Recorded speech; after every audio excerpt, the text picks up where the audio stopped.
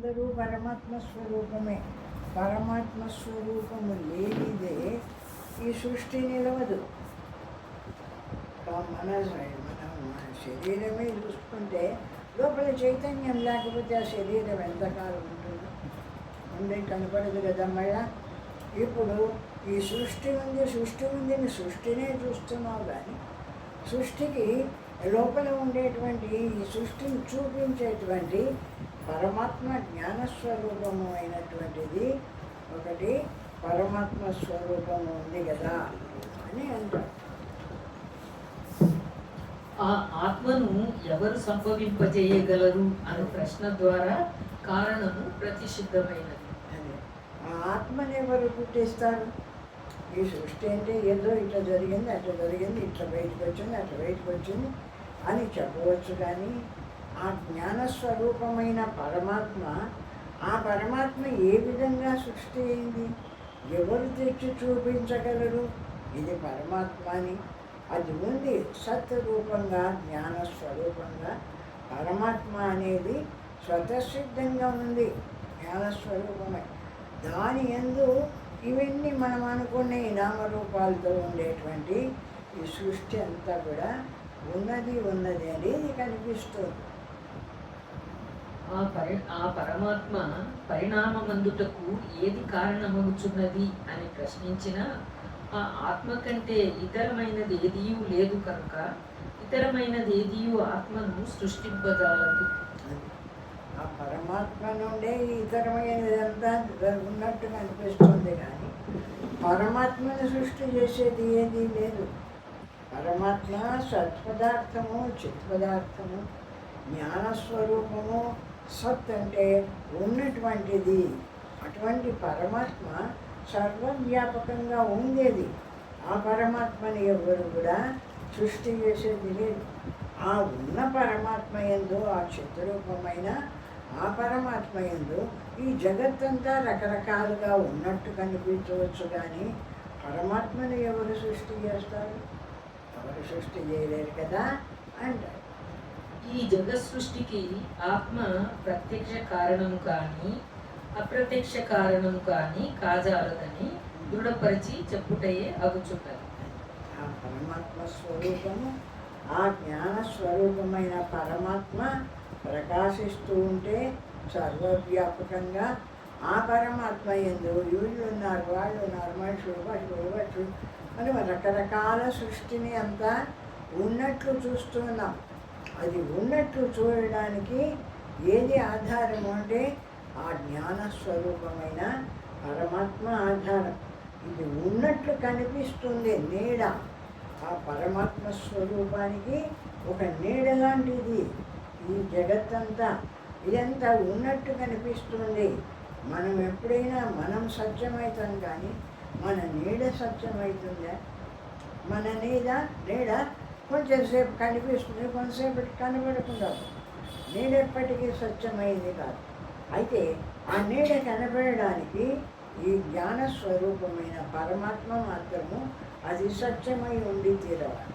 అది ఉంటేనే ఈ నీడ లాంటి ప్రపంచమంతా కూడా ఉన్నట్టు కనిపిస్తుంది. సయేష నేతి నేతీతి వ్యాఖ్యాతం నిహ్నుతే యతః సర్వమగ్రాహ్య భావేన హేతునాజం ప్రకాశతే. ఆ పరమాత్మ అగ్రాహ్యమగుటచి ద్వైతులు దేనిని ఆత్మ అని చెప్పుచున్నారో అది ఆత్మ కాదు, అది ఆత్మ కాదు అని ఉపనిషత్తులు నిషేధించుచున్నవి. కావున అజమగు పరమాత్మ ఒక్కటే ఉన్నది, ద్వైతం లేదు. అది ఆ పరమాత్మ ఒక్కటే ఉండే ఈ ద్వైతులైనటువంటి వాళ్ళు దేవుడు వేరు, మనుషులు మనం వేరు అనుకునేటువంటి ద్వైతులైనటువంటి వాళ్ళు ఇది కాదని నిషేధించి ఏదీ లేనటువంటి ఆ పరమాత్మ స్వరూపాన్ని ఉందని చెప్తారు. కానీ ఆ పరమాత్మ వేరే, మనం వేరే కాదు. మనం వేరే, పరమాత్మ వేరే. మన యందు పరమాత్మ, ఆ జ్ఞానస్వరూపమైన పరమాత్మ యందు మనం ఉన్నట్టు కనిపిస్తున్నాము. మనము దాసులము, ఆయన దైవము, ఆయన రెండుగా చెప్తూ ఉంటారు ఈ ద్వైతులైనటువంటి వారు. నేతి నేతి అని ఈ నానాత్వ విశిష్ట ప్రపంచమును నిషేధించుట ద్వారానే ఆ పరమాత్మ జ్ఞానమును మనకు కలుగజేయుచున్నది. అదే నేతి నేతి ఇది అంటే ఇది కాదు ఇది కాదు, ఏదేది మనకు కనిపిస్తూ ఉందో తెలియబడుతుందో తెలియబడే దాన్ని అంతా తీసేస్తే, ఇది కాదు ఇది కాదని తీసేస్తే తెలుసుకునే జ్ఞానం ఒక్కటే మిగులుతుంది కదా. ఆ జ్ఞాన స్వరూపము పరమాత్మగా తెలియబడుతుంది. ఎందుకు నేతి నేతి వాక్యాల చేత దీన్నంతా తీసేయవాలా అంటే, ఇది అడ్డం ఉంటే ఈ నామరూపాలతో కూడిన ఈ ప్రపంచం అంతా ఉన్నట్టు కనిపిస్తూ అడ్డం ఉంటే ఆ పరమాత్మ తెలియబడకుండా పోతుంది. కాబట్టి ఆ ఉన్నట్టు ఉండేటువంటి ఈ నామరూపాలన్నింటినీ ఇది కాదు ఇది కాదని తొలగించినప్పుడు దానికి అధిష్టానమైనటువంటి ఆ బ్రహ్మం ఒక్కటి ఎప్పటికీ ఉండేటువంటి స్వరూపంగా తెలియబడుతుంది అంటే. పాము కాదు అని చెప్పుట చేతనే మనకు త్రాడు అను జ్ఞానము కలుగుతున్నది. పాము కాదు అని చెప్పుట చేతనే త్రాడు అను జ్ఞానము కలుగుతున్నది. అది దేని అధిష్టానంతో అది ఉన్నట్టు కనిపించిందో అంటే, తాడు ముందు ఉంటే దాని యందు పాము అనేటువంటి భ్రమ కలిగింది. పాము కాదు అని చెప్పినప్పుడు మనకి పాము కాకపోతే అక్కడ ఉన్నది తాడే కదా అనేటువంటి ఆ సిద్ధాంతం మనకు అర్థమవుతుంది. ఇట్టి నిత్యారూపములు కలుగు ప్రతి చోటను ఆ భ్రమను తొలగించుటయే జ్ఞానమునకు ప్రారంభమవుతున్నది. అదే అట్లా ఎక్కడెక్కడ మిథ్యారూపంగా అంటే అసత్యమైనటువంటి ఈ జగత్తంతా ఉంది అని తెలుసుకుంటూ ఇదేవా సత్యమని చూస్తున్న స్థితిలో దీన్నంతా తొలగించి ఇది కాదు ఈ జగత్తంతా ఉండడానికి ఏ జ్ఞానస్వరూపమైన పరమాత్మ సత్యమైంది ఉందో ఆ పరమాత్మ ఉంటే ఆ పరమాత్మ మీద ఈ ప్రపంచమంతా ఉన్నట్టు కనిపిస్తుంది అని తెలిపినప్పుడు దీన్నంతా కాదని తీసేసిన తర్వాత ఈ కనపడే ప్రపంచాన్నంతా ఆ ఉన్న సత్యమైనటువంటి ఆ పరమాత్మ ఉన్నట్టు కనిపిస్తుంది. తర్వాత ఇది కాదని తీసేసిన తర్వాత స్వచ్ఛమైన బ్రహ్మము ఉన్నట్టు తెలియబడుతుంటుంది. ఇది కాదు అను నిషేధ పద్ధతి చే అట్టి భ్రమ నివారణ జరుగుతున్నది. ఇది కాదని మనకు ఏవేవి కనిపిస్తున్నాయో కనిపించేటువంటి కాదని తీసేసిన తర్వాత చూసే జ్ఞానం ఒక్కటే మిగులుతుంది కదా. ఆ విధంగా దీన్ని నిషేధ పద్ధతి అంటారు. అంటే ఆ విధంగా నీకు నామరూపాలతో కనిపిస్తుంది, ఇంత పెద్ద శరీరం కనిపిస్తుంది, ఇంద్రియాలు కనిపిస్తున్నాయి, మనస్సు కనిపిస్తుంది, ఈ ప్రపంచంలో ఈ పనులు చేసేది కనిపిస్తుంది, ఇంత కనిపిస్తుంది. ఇదంతటినీ కనిపిస్తుంది కాబట్టి మనకు పరమాత్మ తెలియబడకుండా పోయింది. ఇందులో పరమాత్మ ప్రకాశిస్తేనే ఇవన్నీ కూడా వాటి పనులు చేయగలుగుతాయి. పరమాత్మ లేకపోతే ఈ ఇంద్రియాలు దేహము ఏమైనా ఉండడానికి వీలవుతుందంటే కాదు కదా. కాబట్టి ఇవన్నీ ఉన్నాయని వీటిని చూస్తూ ఉండడం వల్ల మనము లోపల ఉన్న పరమాత్మను తెలుసుకోలేకపోతున్నామని ఏం చేస్తుంది శాస్త్రము, ఈ కనిపించేదాన్ని అంతా కూడా నేతి పద్ధతిలో తీసేసి ఇదో ఇందులో ఉండేటువంటి ఈ జ్ఞానము అనే స్వరూపము, ఈ జ్ఞానము పరమాత్మ సర్వవ్యాపకంగా ఉండడం వల్లనే ఆ జ్ఞాన స్వరూపం మీద ఈ జగత్తంతా ఉన్నట్టు కనిపిస్తుంది అని చెబుతూ మళ్ళీ ఇదంతా తీసేసి ఏది పరమాత్మ ఏది బ్రహ్మము ఇదంతా పోయిన తర్వాత నామరూపాలన్నిటినీ వాటి భావం ముగిసిన తర్వాత ఇంతలో ఈ జ్ఞాన స్వరూపమైన పరమాత్మ ప్రకాశిస్తుంది చూడు. జ్ఞానస్వరూపమై ఆ బ్రహ్మం నీవు, ఆ పరమాత్మ నీవు అని చెప్పినప్పుడు వీటినన్నిటినీ పక్కకు తొలగేసినారు. కాబట్టి ఇప్పుడు ఆ బ్రహ్మము స్వచ్ఛంగా తెలియబడుతుంది పరమాత్మ స్థూలం. స్థూల సూక్ష్మ శరీరములను నిషేధించిన పిమ్మట అద్వైత సత్యతత్వం ఒక్కటియే నిలుచు. ఈ స్థూల శరీరము, సూక్ష్మ శరీరము, లోపల ఉండేటువంటి మనోబుద్ధి అహంకారాలు అన్నిటినీ తొలగించిన తర్వాత ఇవన్నీ కాదు, ఇవన్నీ వాస్తవం కాదని విడిచిన తర్వాత వీటిల్లో జ్ఞానం ఉంది చూడు, వీటిని అన్నిటినీ తెలుసుకుంటున్న శుద్ధమైన జ్ఞానం ఉంది. ఆ జ్ఞానం వీటికి సంబంధించింది కాదు, వీటిని అన్నిటినీ తెలియజేస్తుంది. ఎవరు తెలుసుకుంటున్నాడు? నా మనస్సు ఇట్లా సంకల్పిస్తుంది, నా బుద్ధి ఇట్లా నిశ్చయిస్తుంది అని మాట్లాడుతుంటారే, ఆ లోపల ఉండే ఆ మనోబుద్ధుల్ని ఎవడు తెలుసుకుంటున్నాడు అంటే దాన్ని తెలుసుకుంటూ ఉండేటువంటి జ్ఞాన స్వరూపమైన ఏ పరమాత్మ ప్రకాశిస్తుందో ఆ పరమాత్మ అప్పుడు తెలియబడుతుంది. ఈ అడ్డమండే వాటిని అన్నిటినీ తొలగించిన తర్వాత అంటాడు. అట్టి తత్వము నుండి సత్య ప్రపంచము వెలువడజాలదు. అట్టి తత్వము నుండి సత్య ప్రపంచము వెలువడజాలదు. సత్యమైన ప్రపంచము రాదు, ఇది అసత్యంగా ఉన్నట్టు భావిస్తున్నాం కాబట్టి అసత్యంగా ఉండే ప్రపంచం అంతా ఉన్నట్టు తెలియబడుతుందే కానీ సత్యమైన ప్రపంచము ఆ బ్రహ్మస్వరూపం నుండి రాలేదు.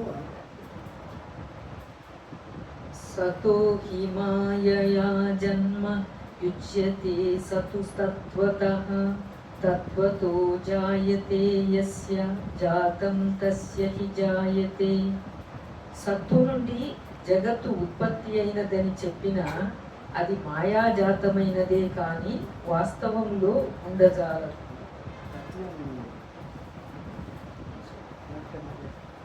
సత్తు నుండి సత్ అంటే ఎప్పటికీ ఉన్న పదార్థం.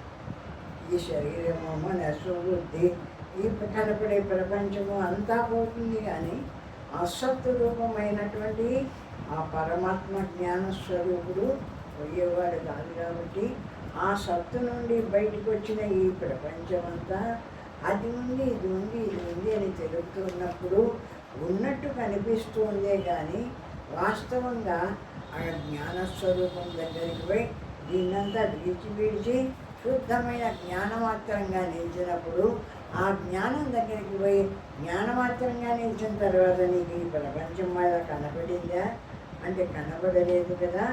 ఎంతసేపటికి ఎప్పుడు కనిపిస్తుంది?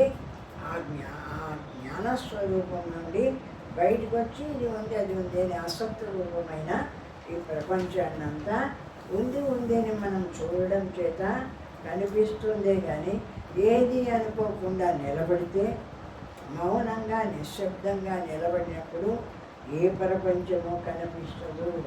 అక్కడ ఉన్నది శుద్ధ జ్ఞాన స్వరూపమైన బ్రహ్మం ఒక్కటే ప్రకాశిస్తూ ఉంటుంది, ఆ పరమాత్మ. ఇట్లు ఆ పరమాత్మ ఈ జగద్రూపంలో జన్మించుట సత్యమని నమ్మిన వారికి ఒకసారి జన్మించినది మరలా మరలా జన్మించుటచే అనవస్థ వచ్చిపోవు.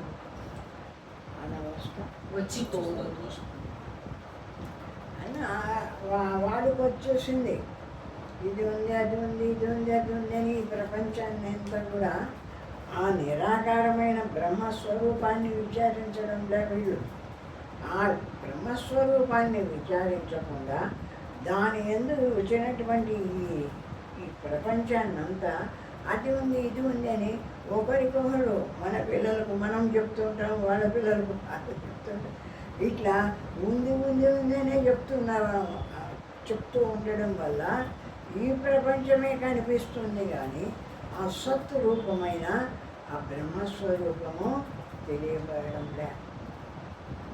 ఆ పరమాత్మ నుండి ఈ ప్రపంచము ఉద్భవించినదని మనము అంగీకరించిన ఆ పరమాత్మ ఈ ప్రపంచమునకు కారణమగుచున్నది. ఆ పరమాత్మ నుండి ఇది పుట్టింది, అట్లా పుట్టింది కూడా చెప్పకూడదు. ఇది కేవలం భావిస్తే కనపడింది అని చెప్పవాలనే కానీ పరమాత్మ నుండి పుట్టింది అంటే ఈ పుట్టిన ప్రపంచానికంతా పరమాత్మ కారణం కావాల్సి అట్లా కారణమయ్యేందుకు వీల్లేదు.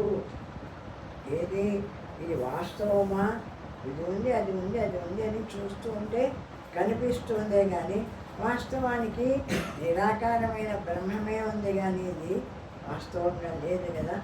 కాబట్టి ఆ విధంగా పుట్టింది అని చూస్తుంటే ఉన్నట్టు కనిపిస్తుంది. ప్రపంచమునకు పరమాత్మ కారణమని చెప్పుట తర్క విరోధమనియు గౌడపాదులు చెప్పుతున్నారు. ఈ ప్రపంచానికంతా పరమాత్మ కారణము, పరమాత్మ కారణ స్వరూపుడై ఏమి ఈ పరమాత్మ నుండి ఇదంతా వచ్చింది అని చెప్పడం కూడా వాస్తవమైంది కాదు. కారణం కాదు పరమాత్మ. పరమాత్మ ఉన్నాడంతే. ఈ జగత్తు దాని నుండి రానులే పోనులే. నువ్వు ఉన్నది ఉన్నది ఉన్నది అని చూసుకుంటూ ఉంటే కనిపిస్తూ ఉంది. నువ్వు ఏది చూసుకోకుండా ఆ కారణ రూపమైన కారణం అంటున్నావు. ఇది కారణం కాదు. ఎప్పుడు కార్యకారణాలు బ్రహ్మస్వరూపానికి లేవు కాబట్టి, నిరాకారం కాబట్టి బ్రహ్మస్వరూపంగా నిలిచినటువంటి వాడికి నిర్గుణ బ్రహ్మమే తెలియబడుతుంది. కానీ ఈ ప్రపంచము దానికి సంబంధించిన విషయాలు ఇవేవి అక్కడ తెలియబడవు. కాబట్టి కార్యకారణ సంబంధాలు చెప్పడానికి వీల్లేదు అంటున్నాడు. అసతో మాయయా జన్మ తత్వతో నైవ యుజ్యతే వంద్యా పుత్రో న తత్వేన మాయయా వాపి జాయతే. అసత్తు నుండి వాస్తవముగా కానీ మాయచే గాని ఏదియూ జన్మించదు. సత్యంగా అన్నటువంటి వస్తువు నుండి అజ్ఞానం చే కానీ మాయచే కానీ ఏది జన్మించదు. సత్యమైన వస్తువు అయితే దాని నుండి అన్నీ పుట్టవచ్చు. కానీ సత్యం కాని వస్తువు ఈ మాయ అజ్ఞానం చేత ఉన్నదని తెలియబడుతుందే కానీ ఈ పరమాత్మ నుండి ఇది పుట్టింది అని చెప్పడానికి ఏ కారణాలు లేవు. వంద్యాపుత్రుడు వాస్తవంలోనూ జన్మించలేదు, మాయ చేత కూడా జన్మించలేదు.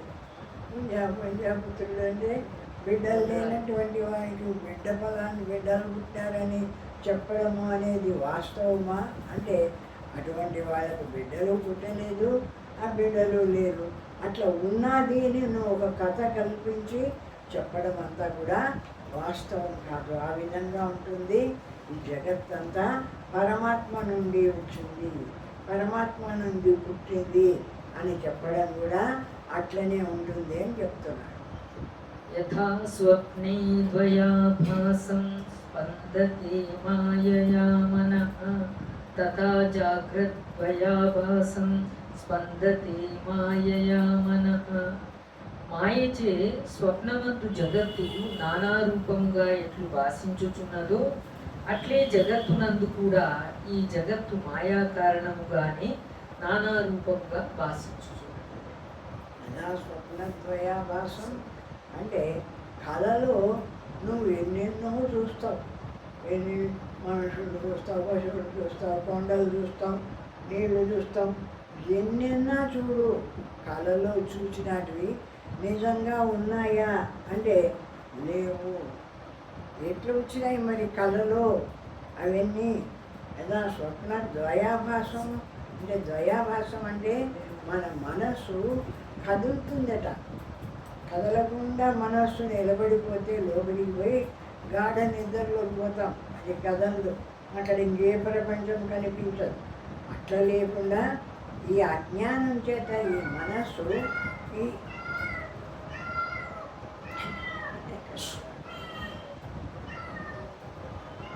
ఈ అజ్ఞానం చేత ఈ మనస్సు కదులుతుందట. ఉండలేక ఏదేదో సంకల్పించుకుంటుంది. ఉండలేదు కదా ఈ మనస్సు లక్షణం, అంతే కదా. అది ఏదేదో సంకల్పించుకుంటుందట. అక్కడికి పోయి లేకపోయినా ఏదేదో అనుకుంటుంది. ఆ అనుకోవడం వల్ల, ఆ కదలిక వల్ల ఏమి స్వప్నద్వయాభాసం రెండుగా కనిపిస్తుంది. ఎట్లు ద్వయాభాసం అంటే రెండుగా కనిపించడము. ఎట్లా చూడబడే ఒక ప్రపంచాన్ని తయారు చేసుకుంది స్వప్నంలో. ఆ చూసేదిగా ఆ స్వప్నాన్ని తనే మళ్ళా చూసేదిగాను ఎట్లయింది అంటే కదలటం వల్ల